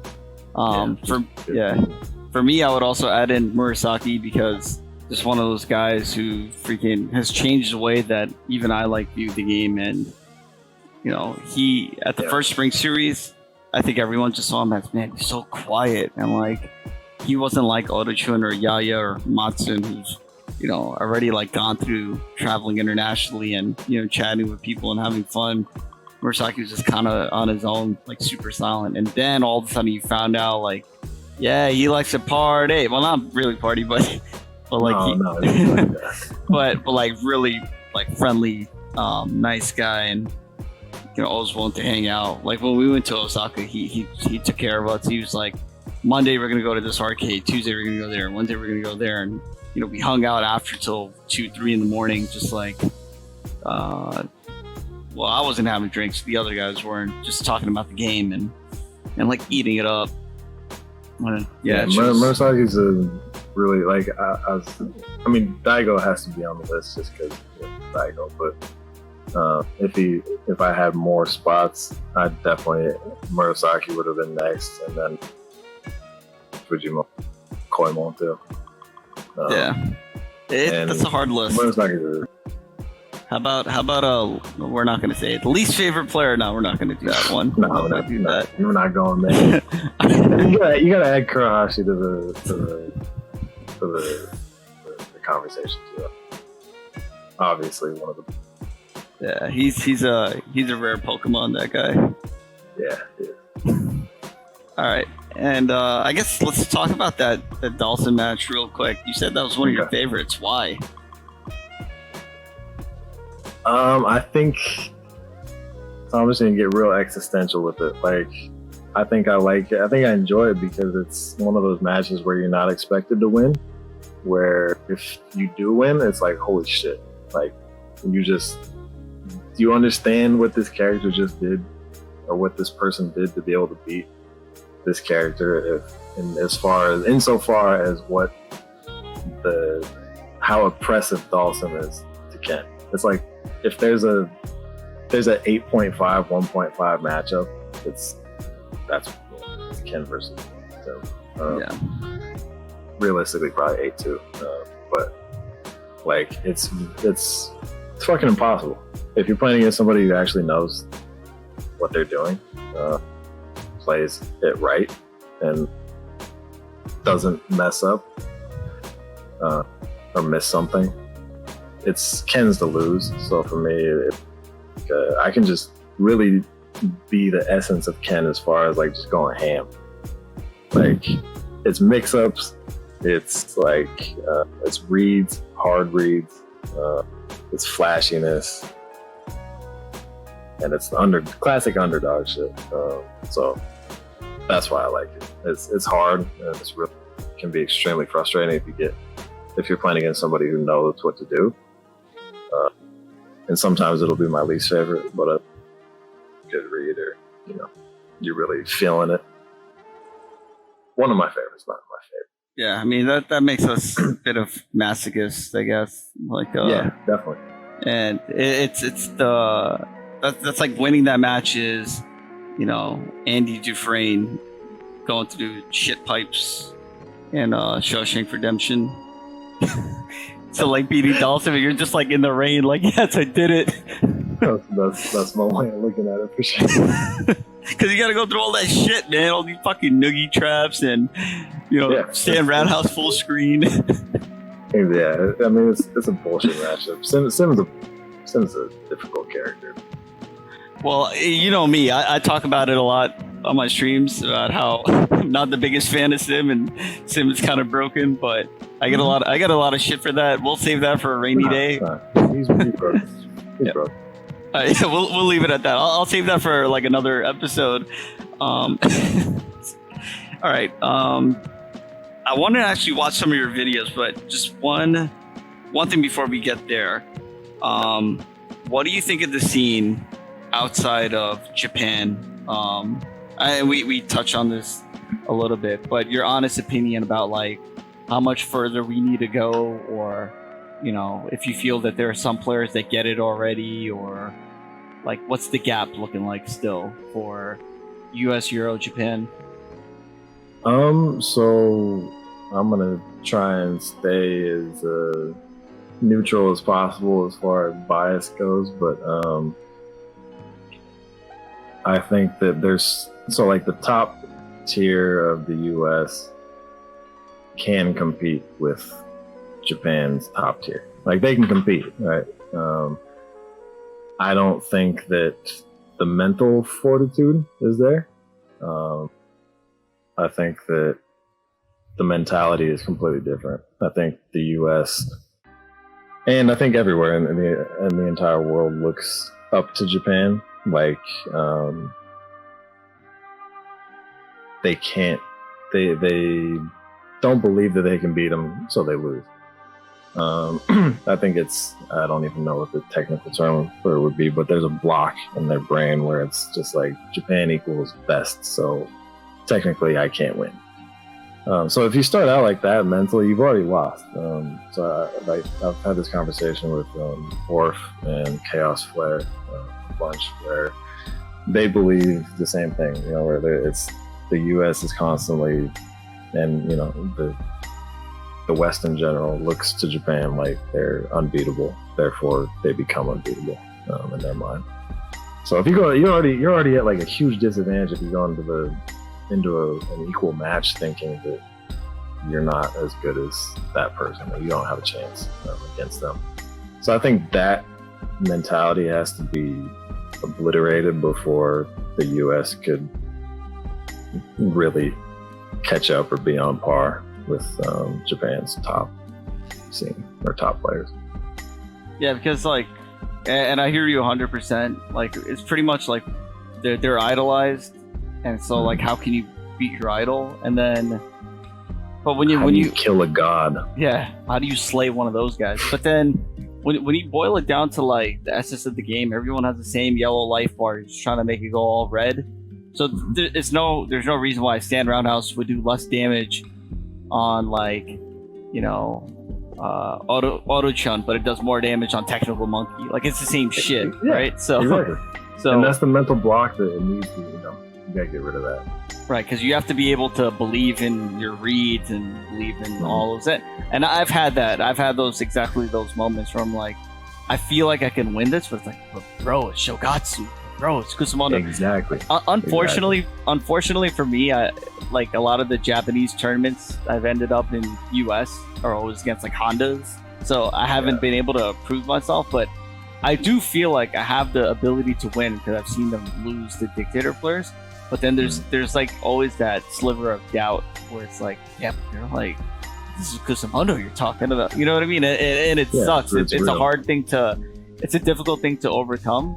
But that's definitely the best advice you can give anyone is like, you have to stop, like beating them should be the same as beating, one of your friends or just playing your absolute best game.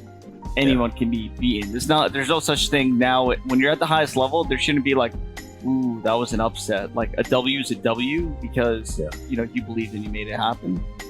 Right, I agree, and I'm guilty of the same thing sometimes. Like even though I didn't, I was in the scene before I was ever actually watching the scene. Like, damn, that's him, and that's him and stuff. So I had no idea, but I've attained that bias or that that block in the sense where when I'm playing Yaya, I'm like, holy shit, like this is Yaya. There's no if he has 0 pixel, it's still dangerous for me to even throw like one fireball, because he can make those type of comebacks where it's ridiculous. They have that mentality of it's never truly over until you're on the ground, right? Yeah. So I think that the mentality is the biggest thing, in my opinion, that sets Japan apart from the rest of the world. Yeah, in short, just like respect those players, respect the top players. Don't let your guard down, obviously, like in the Yaya situation you just mentioned, but you got to respect yourself more, I guess. And, that's or don't respect them. Fuck them. Yeah, like, yeah. Like if Murasaki's beating Matsu 3-0 and shit at Canada Cup in a matchup that's 5-5 basically, right? Like I should be able to do that too. Like I don't care if it's Murasaki that's doing it. Like I need to have that same ability. To be able to like crush Matsu's dreams or whatever, and like everyone should be able to have that, but that means you also can't fuck around. You have to play, like you got to be on you have to be on it, like you got to be wired. And which I like, if we're being honest, I think that's one of the ways that Seb wins against Japanese players. It's because he's just like, fuck them. Yeah, he does his homework and he respects them, but at the same time, but at the end of the day, he's like, fuck him. Yeah, he's one of my good friends and we talk about the game a lot. He's just like, nah, fuck that. I'll beat anybody. I'm like, yeah, you're right. And I believe it. Yeah, which I think has gotten him, to the point where he's at, is because you don't have to have that kind of, lofty respect for somebody who should be your equal when you're playing against them, and I think that's a good example to follow. Yeah, like I have a lot of respect for Seb, and unfortunately, a lot of people that aren't even serious about the game will talk shit or make him feel otherwise or make it seem otherwise that he's not good. But obviously, he's a great player and he's gotten the result. And you can say what you want about it's old Sagat or whatever, but he'll basically do that shit with new Sagat too. Like that dude is Sagat. He is Sagat. Like. Yeah, that dude is Sagat. So, and yeah, like but I mean, he Seb brings it on himself to a certain extent. Where I know that he likes that energy. He feeds off that energy of people being like, "No, I don't like him. He's whack. He's not shit." I think he feeds off of that, which that's dope. That's a tactic too. He does when he fuels that energy, it's him doing the angry scar in Street Fighter 4. Like his chest just lights up a little bit, and he goes, "All right, my next uppercut's gonna be even stronger." Yeah. But yeah, I'm hoping that we can all grow from that. Now there's just a lot more time to think and reevaluate your own game, or like, what would I do differently, or how should I approach the game now that we're all offline? there should be a more even playing field now because our mental should be stronger since we're not playing as much. We're able to analyze. So I'm really looking forward to the next time I bump into like Kusumondo or any other Japanese player, and I want to be able to like secure the W. Yeah, and I mean, just as far as, it's a previous subject, but if people are talking at all about this game and there's interest and there's people to, who inspire conversation about the game, then, we're going in the right direction. So. Yeah. All right, let's go on to actually watching some of your videos.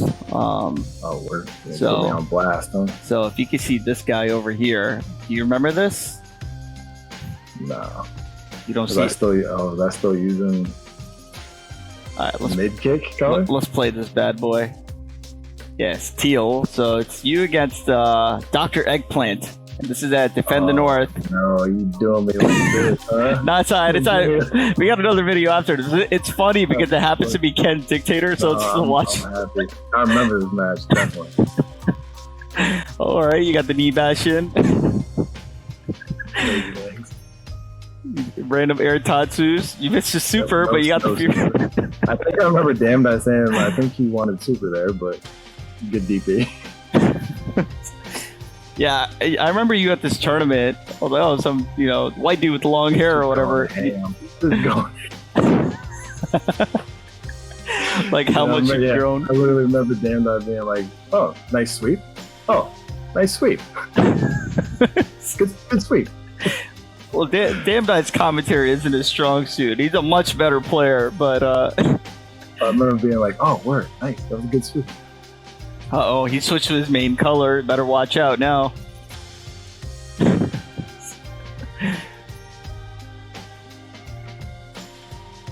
Yeah, are you watching this now thinking, man, what the hell was I doing? Yeah. Like, I'm looking at, like, what's my objective here? What am I trying to do? I mean, at least you're able to DP. Like, I think something that made you better than any of us would be is you started out as a Japanese player, so you didn't develop bad habits. You know what I mean? Like, probably. Like in the U.S. I still had them from my previous games where I just was like, yo, DPs are dope, and if I can do it, I'm going to do it. But yeah, I feel you. Yeah, there are people that won't learn like proper safe jump timing. They're just jumping in and hoping to get a knee bash. But we can see you're actually trying to do like safe jumps, and I mean some of your DPs are kind of random, but they're working. Hella random.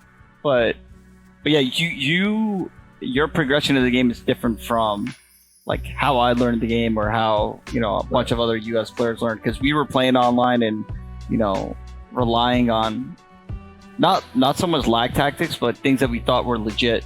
Like when I brought my game to offline, I'm like, what the hell? Like this is hard. Like this guy's flash kicking anything. I'm not safe jumping. Random double knee. Yeah, who would have thought Mr. Dr. Eggplant was gonna get some kind of a shout out, 5 years later. Dude, I have fun at Defending North. This was kind of a tournament that made me be like, I would love to do this more. And it was actually playing against, actually not even really playing against, but just hanging out with Crossed and Mars. That was like the turning point where I was like, damn, these are some cool ass people. Yeah, because up to that point, and what's his name? He went by his real name was Luigi. Who? He actually went by Luigi Luciano. He was from New York. Shout out to that dude. He was hella cool the whole weekend, the whole time I was there. Made me feel like I was welcome in New York.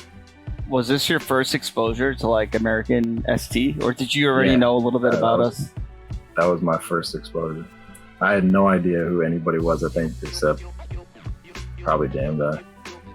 And I had only heard his name from like Street Fighter 4, I think. Damn. But I had no idea who he was. That's so sick. Anybody.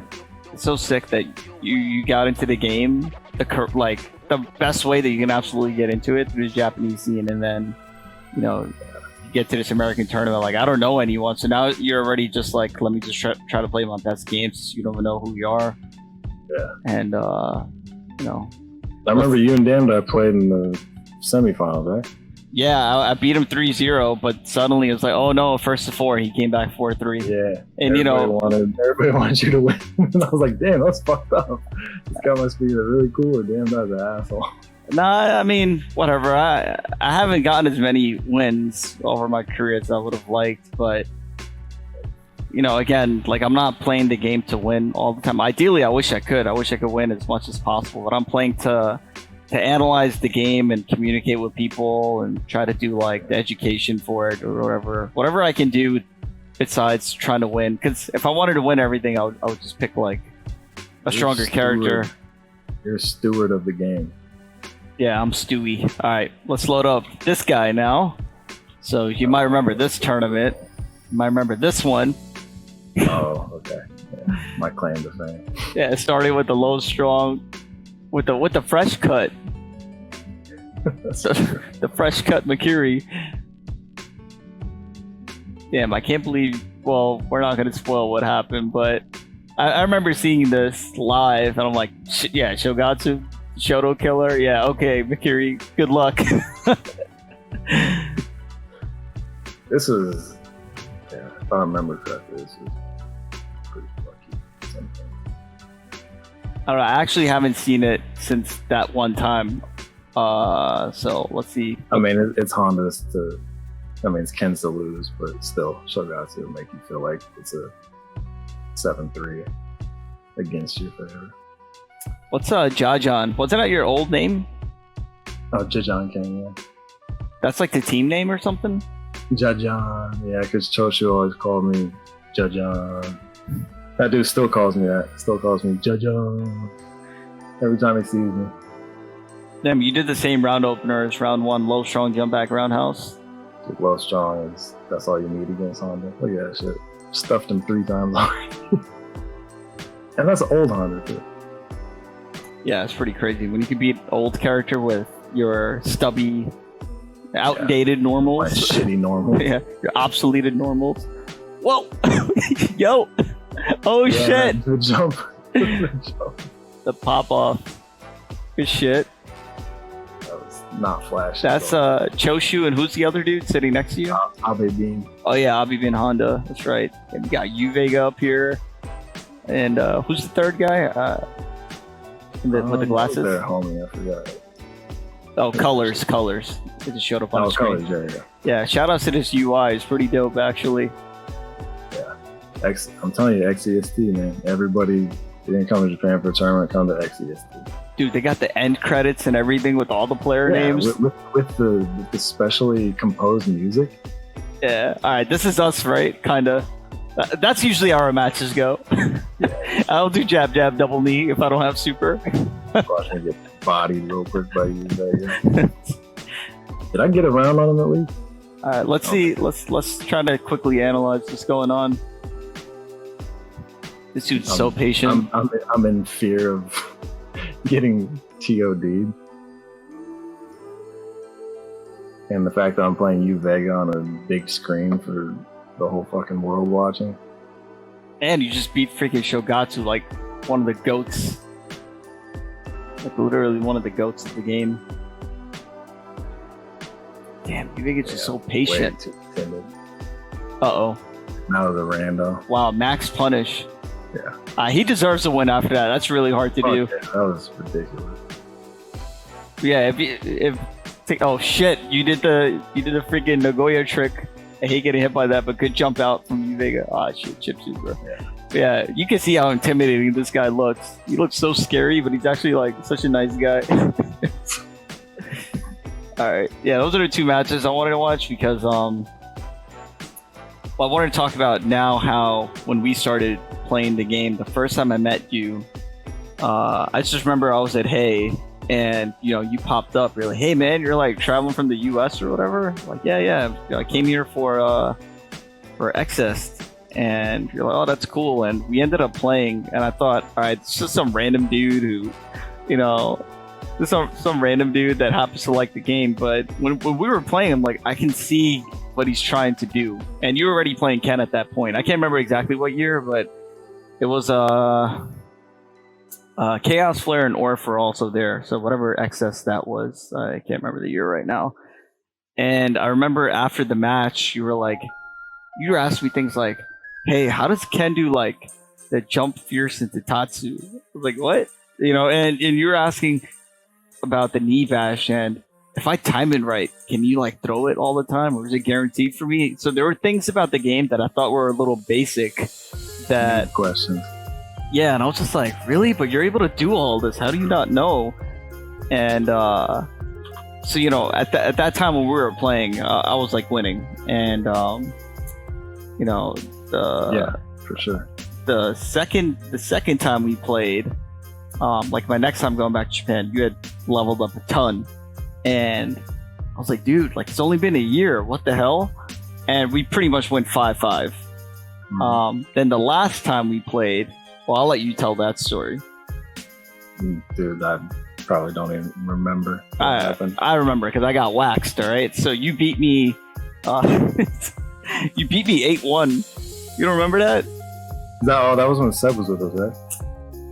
GSV. Yeah. So we were playing on the side cab where like people don't. That's right. Yep. Like where people do their sets, and you're like, "Oh, let's play real quick." I'm like, yeah, "All right, you know, it's a 5-5 matchup. We split last time. It's all good." And you beat me 8-1 or something crazy. And then we took a break to talk about it, and you were like, "Yeah, you know, I'm just gonna wait for you to head stomp so I can DP it. Like I'm fine with playing lane. Once I get the knockdown, it's all about the throws." And you were pretty much explaining from your perspective, and I was telling you about mine. And then you were telling me my faults, actually. Like, it was crazy. I was like, yo, dude, this dude's teaching me how to fucking fight against Ken. And then we went back into it, and the score was 8-7. I won. And then I was just like, all right, whatever. We're playing first to 8. Like, in the middle of the set, I'm just like, I'm just going to call it right here. And because I wanted to have the last win. I was just like, this is how much you can level up in the span of 3 years. Each of the 3 years I fought you, and it was just crazy. It's like how good you can get. You know, it's when you're playing every day and like I don't know, like, and there was like a point that it's been like that for a while where I get into really like deep cycles where I'm just like playing all the time, and I can tell that I'm like getting a lot better. Like you can see you can't really see it yourself, but like if you go back and watch my match against Dr. fucking Eggplant, and then watch me play against like Kurahashi or Gucci or Mikaiten or whatever, there's a huge difference because it's just natural progression. And if you're practicing the right way, then you're not going to get worse, right? If you're practicing good techniques, you're just going to get better. And it's just constant. Like I don't know. It's just, if you keep doing it, you're just going to get better. But to go from having you ask me like those basic questions and then moving to where you got, I'm like, damn, man, like you are. And a lot of that is because like I was playing against people. Like, dude, Japanese players don't tell you anything. Let's just be straight up and like straightforward with it. Japanese players are not helpful. I don't know if it's just to me. I don't think it's just to me. I think it's that they just, unless you're in that in-group of people, they don't talk about it because they don't want to help you. But even like Matsun used to just, when I asked him how to do short super in the beginning, he was like, "Oh, just do this," and then he'd like, okay, cool, but like, how do you do it? Like, what's the technique behind it? What's my objective here? Like, am I looking for like sound confirmation or like whatever? And what's the execution command? And he's just like, just do this. And so you get a lot of that, and it gets really frustrating because you don't understand why you're doing certain stuff. I didn't know the timing for like when I asked you, I didn't know the timing for jab into Tatsu cancel, jumping. So I had to learn about that through NoHoHo's blog, because that was the only English information that I had, and I was looking up DP installs. I had no idea what that was, so I had to ask Cross. So I'm in Japan, and in the thick of it all, and I'm having to ask U.S. players how to do certain stuff, and that has been like the most difficult thing for me, because I know that if I had somebody like you standing behind me telling me why what I did that match and why that's not good or that is good, I'd be much better. Even I would have increased exponentially even more so. And that came a lot from, I noticed that I leveled up a lot during my time talking and playing with Orf and Chaos Flare when they'd come to Japan. And when I was in England, London, I played with them.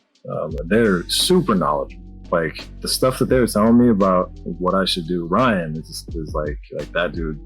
If there's anybody who's like my Sifu or my sensei, like that dude taught me more than anybody.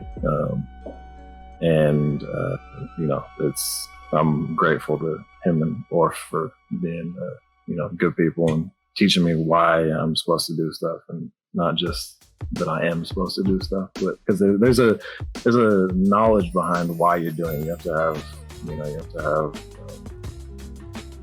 a reason why you're doing it.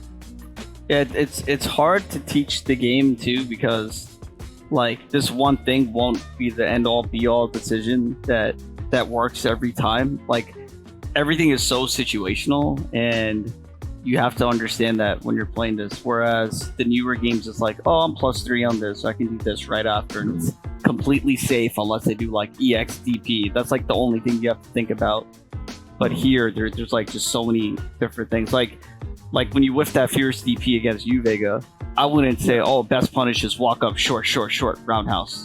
I'd be like, oh yeah, just jump strong, because it's like the easiest. You get the knockdown, and the frames, the landing frames on Ken's Fierce DP are so short that like the safest thing technically, and safest and maximum damage that you can do would be that confirm. That the 4-hit confirm, because if you're trying to even throw him, sometimes Ken can get the throw instead, and then you're in a fucked situation. Yeah. So that's genius. Like to not take the risk of getting thrown, and to just do like the light kick into conversion. Just crazy to be able to think of that in that second. He's seen that a million times, So even in the heat of battle, to be able to do that. But right, he's so solid. But all right, let's load up. We got another match, and this is going to be from your Kumite back in 2018, so a good 2 years ago. At this point, you're already like made a name for yourself. You're one of the top Kens, and now you're going up against the guy you'll see on the screen here, Kurahashi, playing Guile. So I don't know, maybe you want to talk about your input. Yeah, this is pretty random. Like they just did a Kumite thing, and they're like, "Oh, you haven't done one before, so you should do it." And I got bodied like the first, not against Kurahashi, but I got bodied by a couple people before this, like Hide, Chun-Li, and a couple other people. But it's basically you go until you win a certain amount and you lose a certain amount. But then Kurahashi sat down. He got there late, I think, and he sat down and picked Guile, and I was like, all right, well, shit, I'm about to get blown up, but I'll just go for it. And I think that's when I play my best, is I'm just like, fuck it. And I think that's why I like Dawson, because in that matchup, it's yours to win. There's that Fierce DP. Yeah, well, where's your short roundhouse? Yeah, walk up Fierce Fireball is difficult sometimes, because when you're walking forward and you crouch, you'll get the DP. And that's why when you're walking forward, carry cancel, sweep into Fierce Hadoken, that's dangerous, because the execution goes through if you don't do it perfectly, right, it goes through the DP down or forward down forward, and you get the sky high fierce DP, which is super punishable. I'm surprised that DP didn't stun right there after the Me three too. piece. Yeah, Me too. that's crazy. That's the frame of the game. Nice walk up throw. Damn, dude, chill. Karaji's like this motherfucker. Yeah, this guy, he really did that. He jumped in 3 times. Yeah. You didn't give me much choice, man. Yeah, this is kind of also not like the perfect match. This match is actually really good. I think it's fun to watch because fumbles, misfire.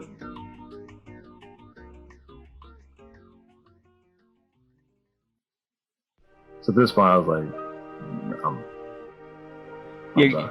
Well, you're definitely betting it because you're just doing walk-up block. Like, you block so many Sonic Booms here. Like, I'm just waiting for the chance I could get in. Yeah. Uh-oh. Got him. And dude, the dopest part is that I watched later, I was like, yo, this dude smiled. Nobody makes her actually smile, especially when he loses. Yeah, because you definitely bet it all. Like, you're like, he can just do wake-up super, and, well, it just didn't come out. You know, in the heat of battle, you got the jump in. It looked slightly ambiguous, but you know, or he could have been going for like the sack flash kick, but you just confirm it to combo. So many different things. I don't know, it's crazy. So that's why a lot of times I was just like, just go for it.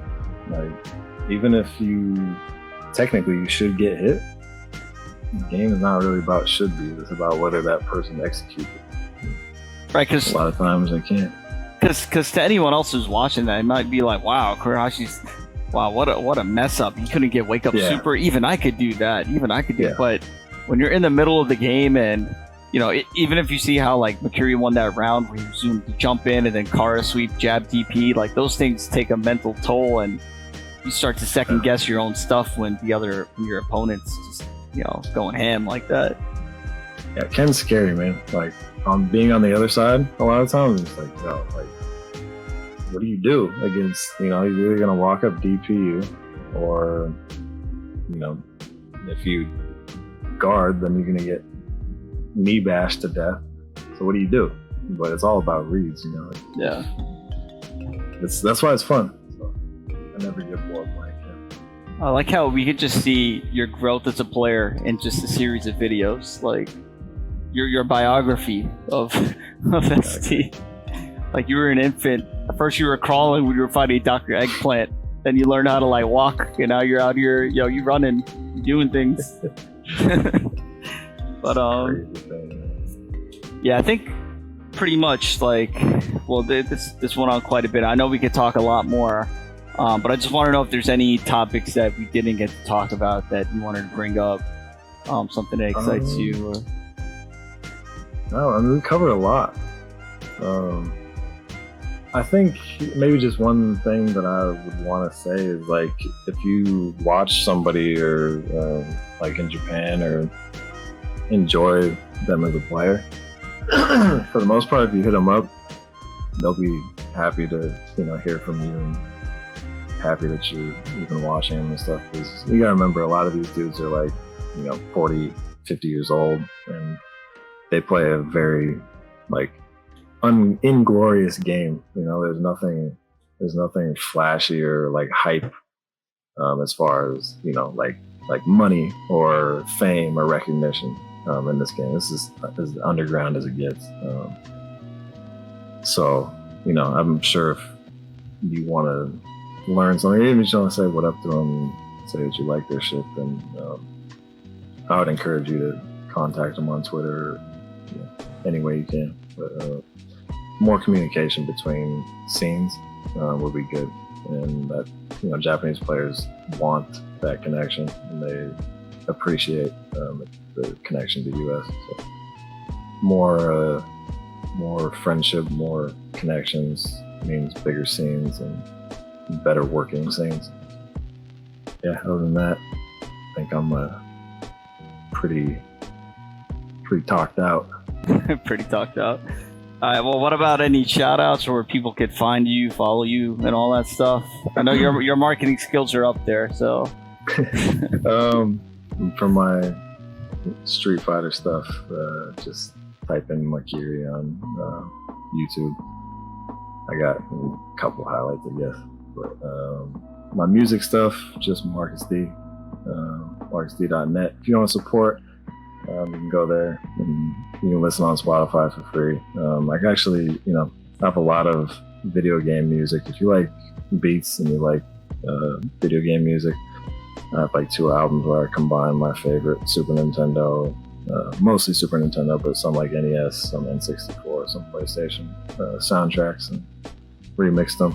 So it's called Retro, like ERETRO 'D, 1 and 2. So check that out if you like game soundtracks.